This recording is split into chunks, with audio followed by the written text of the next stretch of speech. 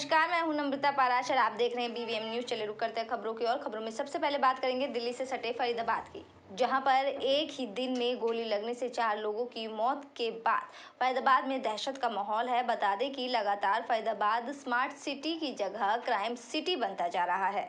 फरीदाबाद के लोग अब दहशत के साए में जीने को मजबूर हैं। फरीदाबाद में पुलिस का खौफ और कानून व्यवस्था को दिन दहाड़े अपराधी ठेंगा दिखा रहे हैं। एनआईटी फरीदाबाद के 2 नंबर इलाके में सुबह अगर किराए के मकान में संदिग्ध परिस्थितियों में प्रेमी युगल की गोली लगने से मौत का मामला सामने आया, तो वहीं शाम होते होते एनआईटी फरीदाबाद के ही 1 नंबर की पॉश मार्केट में कार में एक युवक और युवती की लाश मिलने से सनसनी फैल गई। गौरतलब है कि इनकी भी मौत गोली लगने की वजह से हुई थी, लेकिन दोनों ही मामलों में ये खुलासा नहीं हो पाया कि ये हत्या है या फिर आत्महत्या। फिलहाल पुलिस शवों को पोस्टमार्टम के लिए रखवाकर मामले की बारीकी से जांच कर रही है। और ये छानबीन से लेके दोनों को गोली लगी हुई है। अभी छानबीन कर रहे हैं, जैसा मामला होगा तो 30 के अंदर कार्रवाई की जाएगी। दो तरह की बात आ रही है इसमें। बात आ रही है कि सुसाइड की है और दूसरी तरफ बात इस बार की आ रही है कि हत्या की गई है। वो तो तफ्तीश के बाद पता चलेगा। मौके के हालात से क्या नजर मौके के हालात से है कि दोनों को गोली लगी हुई है। अभी कुछ नहीं कह सकते कि मौके की तफ्तीश के बाद पता चलेगा। लेकिन बड़ी बात है, आज 2 नंबर में भी इसी तरह की वारदात हुई, आज 1 नंबर में भी इस तरह की वारदात हुई। पुलिस के कदम किस तरीके के हैं, किस तरह की जाँच चल रही है पुलिस की? पुलिस अभी पता छानबीन में पता चलेगा भी एक्चुअल में कारण क्या है कि जवान लड़की है, जवान लड़का है, दोनों को गोली लगी हुई है। इसका एंगल क्या है वो तो तफ्तीश के बाद ही पता चलेगा। तो अभी तक क्या पूरी तरह से कहना संभव है कि आत्महत्या है क्या? अभी कुछ नहीं कह सकते, तफ्तीश के बाद ही। चलिए बात करेंगे अगली खबर की। अब से टोल नाकों पर गुजरने वाली सभी गाड़ियों पर फास्टैग होना अनिवार्य है, जिसके बाद इन टोल प्लाजा पर फास्टैग के जरिए कैशलेस भुगतान किया जाएगा। इससे टोल प्लाजा पर गाड़ियों की लंबी कतारें नहीं लगेगी, साथ ही जाम से भी छुटकारा मिलेगा। सरकार टोल प्लाजा पर अभी तक मिलने वाले डेडिकेटेड कैश लेने की सुविधा खत्म कर देगी और सभी लेन में फास्टैग के जरिए वाहनों बिना रुकावट के निकल सकेंगे। ऐसा सरकार का मानना है, लेकिन वास्तविकता की बात की जाए तो फास्टैग में जो वक्त लगेगा उसमें कि वाहन की कतार लगेगी या नहीं। साथ ही साथ अगर आप हाईवे के आसपास के गांव या किसी ऐसे शहर में रहते हैं जहां टोल प्लाजा से होकर गुजरना पड़ता है, तब भी आपके लिए गाड़ी पर फास्टैग लगाना जरूरी हो जाएगा और कैश लेन की सुविधा भी खत्म कर दी गई है। अभी जिस गाड़ी को फास्टैग नहीं है उसको डबल चार्ज कर रहे हैं, और जिसके फास्टैग में चार्ज भी नहीं है उसको भी डबल टिकट दे रहे सर। अच्छा, कुछ लोग नाराज हैं जिनको जानकारी नहीं थी, या जो सिंगल लाइन थी, कैश की लाइन थी, उसमें किस तरह की जाम की स्थिति है, कैसे निपट रहे हैं सारी चीज़ों को? जाम तो नहीं है, अभी 2-4 गाड़ी तो रहेगी सर पीक आवर्स में, बाकी टाइम तो कोई गाड़ी नहीं रहेगी। अच्छा, कुछ ऐसे पुलिसकर्मी भी मांगे हैं, यदि कुछ इस तरह की कुछ स्थिति बिगड़ती है, कोई नाराज हो जाते हैं या झगड़ा हो जाता है, तो उसके लिए पुलिस व्यवस्था भी मांगी गई थी, ऐसी जानकारी थी? नहीं, झगड़ा तो नहीं हो रहा है सर।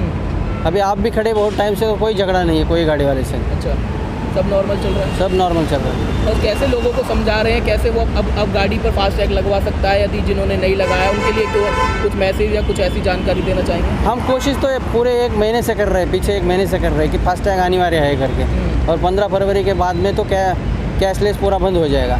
तो फास्टैग को आप लोगों को लेना ही लेना है, नहीं तो आपको डबल चार्ज करेंगे। अच्छा, कुछ लोग ऐसे हैं जो गांव देहात से आते हैं, जिनके फ़ोन में पेटीएम नहीं होता है, गाड़ियां चला रहे होते हैं फ़ोन में, ये सारी उसके लिए पॉस काउंटर रखे हैं ना सर। अगर खुद नहीं रिचार्ज करते तो यहाँ पॉस काउंटर से रिचार्ज हो सकता है। करेंगे अब अगली खबर का। गांव मोहना में 300 साल पहले बनी चौपाल को अब दोबारा से सुंदर बनाया जाएगा। इसको लेकर जेजेपी के जिला अध्यक्ष तेजपाल डागर अरविंद भारद्वाज ने चौपाल में होने वाले 10 लाख के विकास कार्यों का नारियल फोड़कर शुभारंभ किया है। ग्रामीणों ने जेजेपी नेताओं का फूल मालाओं से जोरदार स्वागत किया। दिखाई दे रहा है ये नजारा पृथला के गांव मोहाना का है, जहां पर जेजेपी के जिला अध्यक्ष तेजपाल डागर अरविंद भारद्वाज ने 10 लाख के विकास कार्यों का बुजुर्गों के हाथों नारियल फुड़वा कर इसका शुभारंभ करवाया। इस मौके पर ग्रामीण गिरिराज सिंह ने बताया कि ये चौपाल 300 साल पुरानी है और यहाँ पर जो पेड़ खड़ा हुआ है वो करीब 700 साल पुराना है।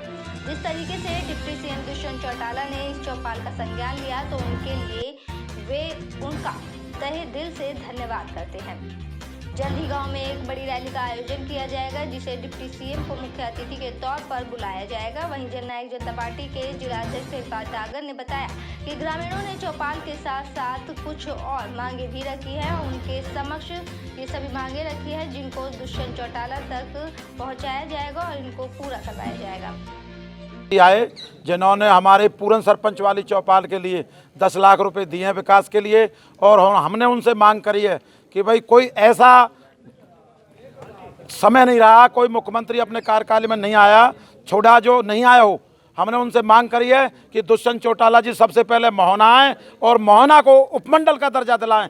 हम उनका दिल खोल के स्वागत करते हैं और उनके साथ रहेंगे ठोक के, क्योंकि मोहना के अंदर हमें सबसे पहली जो हमारी मांग है, उनके दादा की आधे आशीर्वाद था उनका, तो मोहना को उपमंडल चाहते हैं। यही हमारी मुख्य मांग रही है। और जो हमारे बैंक वाली सड़क है और कुशक मंदिर वाली जो सड़क है और भी जो गांव की समस्या होंगी उन सब के लिए हमने मांग रखी है। और ज़्यादा से ज़्यादा पैसा हम गाँव के विकास के लिए चाहते हैं। जल्दी बहुत जल्द हम चौधरी दुष्यंत चौटाला जी का इनसे मिलकर प्रोग्राम लेंगे और गांव में एक बहुत बड़ी रैली का आयोजन कराएंगे। ये गांव के लोगों से जो विचार आया है तो ये बता रहे हैं कि 300 साल पुरानी जो चौपाल है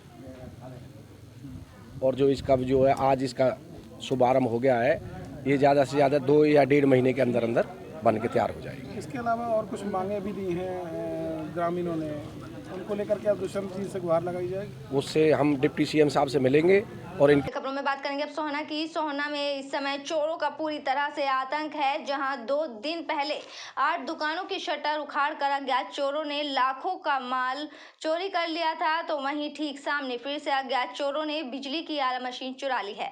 हालांकि सारा मामला सीसीटीवी कैमरे में कैद हो गया है। मामले की भनक पाते ही पुलिस ने मौके पर जाकर मामले की जाँच शुरू कर दी और मौके से सीसीटीवी फुटेज भी अपने कब्जे में ले लिए हैं।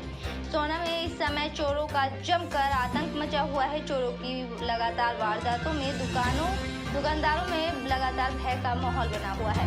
वहीं पुलिस इस मामले में पूरी तरह से निष्क्रिय साबित हो रही है और इस महीने में 1 दर्जन से अधिक दुकानों में चोरी की वारदातें हो चुकी हैं।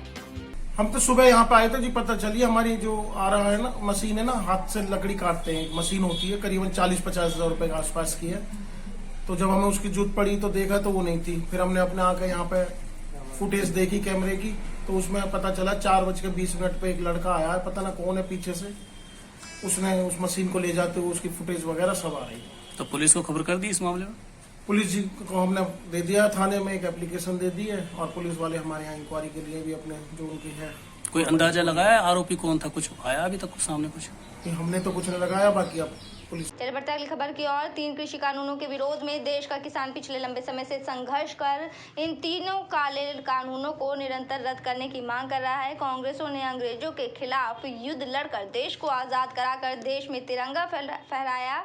बीजेपी और आरएसएस के लोग हमेशा भगवा लहराने की बात करते हैं, लेकिन तिरंगा लहराने का अधिकार केवल कांग्रेस पार्टी को है। इसलिए आज हम तिरंगा यात्रा निकाल रहे हैं और देश के किसानों के साथ खड़े हैं। कांग्रेस पार्टी 3 कृषि कानूनों को रद्द कराने की मांग को लेकर लगातार किसानों के साथ है।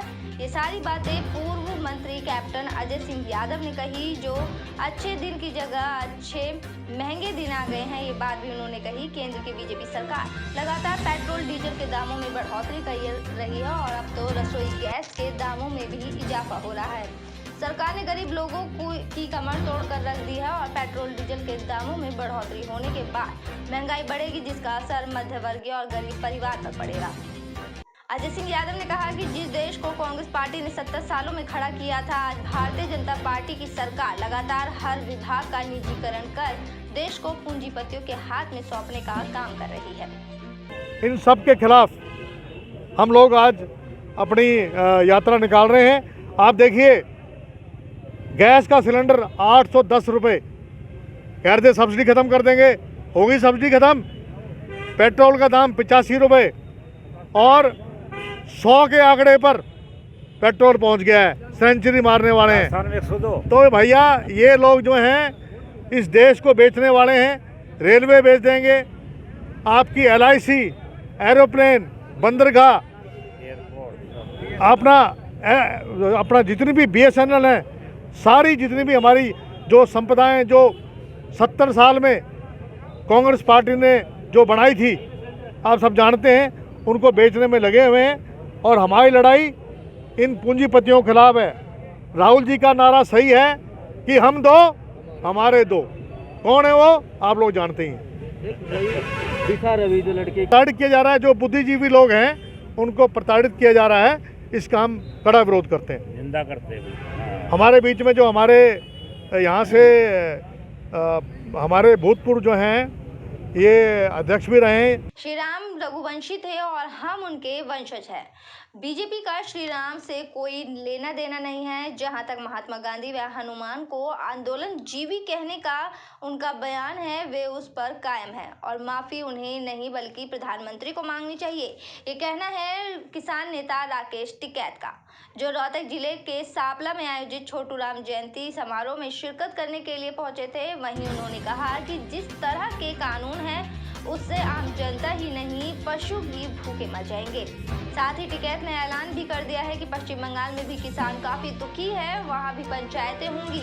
वहीं भारतीय किसान यूनियन हरियाणा के प्रदेश अध्यक्ष गुरनाम सिंह चढ़ूनी ने भी बंगाल चुनाव में किसान आंदोलन को समर्थन न करने वालों के खिलाफ वोट डालने की बात कही है और कहा कि बंगाल में भी पंचायतें होंगी। टिकैत ने कहा कि हरियाणा, पंजाब, राजस्थान, उत्तर प्रदेश अब एक साथ खड़ा है और आने वाले दिनों में पूरे देश में पंचायतें की जाएंगी, साथ ही बंगाल में भी पंचायतें होंगी। कि पूरे देश में जो भी आदमी इस आंदोलन का समर्थन ना करे, वो बीजेपी का हो चाहे किसी और का भी हो, जो हमारे आंदोलन का समर्थन ना करे उसको वोट नहीं देना, बाकी चाहे किसी को दे देना। और रही पश्चिमी बंगाल की बात, भाई अगर ये बीजेपी वाले हारेंगे तभी तो हमारा आंदोलन जीतेगा। पश्चिमी बंगाल वालों को भी, क्योंकि वहाँ भी किसान हैं, वहाँ भी जो उनकी ज़्यादा लोगों की जीविका है वो खेती है और वो भी हमारे भाई हैं और वहाँ भी हम जाएंगे।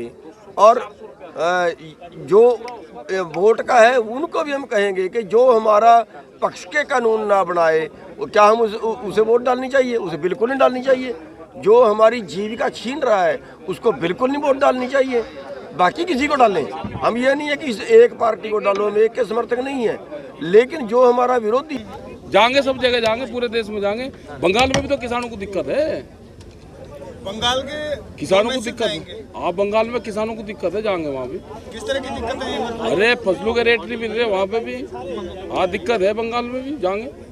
सर आप अभी तक सरकार से संबंधित है? ना चुनाव से नहीं भाई, वहाँ तो हम तो किसानों के मामले में जाएंगे। सर अभी तक सरकार से बातचीत का बुलावा आपको नहीं आया है। प्रधानमंत्री मोदी कहते हैं वो एक कॉल दूर हैं। कैसी होगी आपकी बातचीत? गतिरोध अभी तक जारी है आप लोगों के बीच में? हो जाएगी, एक आध महीने में हो जाएगी, 2 महीने में हो जाएगी। कोई किसानों को भी कोई जल्दी नहीं, हमें भी काम बहुत है, पूरे देश में मीटिंगें करनी, पूरा देश तंग है।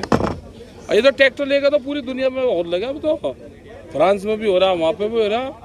ये ट्रैक्टर ऐसी चीज होगी कि दुनिया में जो भी किसानी करेगा और ट्रैक्टर लेकर जरूर चलेगा। सिंबल बन गया। सर रेल रोको आंदोलन कैसा रहेगा 18 तारीख को? रेल चल कहाँ रही? रेल तो सरकार नहीं रोक रखी, जो अभी भी चल रही है, जो एक आधी चल रही है उसे रोकेंगे वहाँ पे। किस तरह से, मतलब ट्रैक को रोक देंगे? स्वरूप क्या रहेगा सर? फूल माला चढ़ा के माला डाल कर रोकेंगे, शांति। कैसे ट्रैक पे जाती हुई कोई स्टेशन पे जहाँ से चलेगी वहीं रोकेंगे? अरे अपने गाँव के बाहर सड़क पर रोक लेंगे, जहाँ पे भी गाँव जाओ। अच्छा, जहाँ ट्रैक हो, हाँ, जहाँ पे भी रोक ले, गाँव वाले सब जानते हैं कहाँ रोक। बार सिंगू बॉर्डर मंच का जिक्र क्यों किया जाता कि वही मंच रहेगा? क्या किसी तरह अरे कुछ लोग करो जा, अगर ये पंच बदलेंगे, हमारे पंच भी वही है और हमारा मंच भी वही है। अधिकारी कहूँ जाना कि अजय हमें मिल नहीं रहा ऑफिस, कहाँ है मकाना? हमारे ऑफिस भी वही है।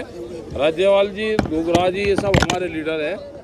जैसे इनसे पहले वे संपर्क करते थे ऐसे ही अब करो। मेरे साथ खबरों में फिलहाल इतना ही। आप बने रहिए BVM न्यूज के साथ। फिलहाल मुझे दीजिए इजाजत। नमस्कार।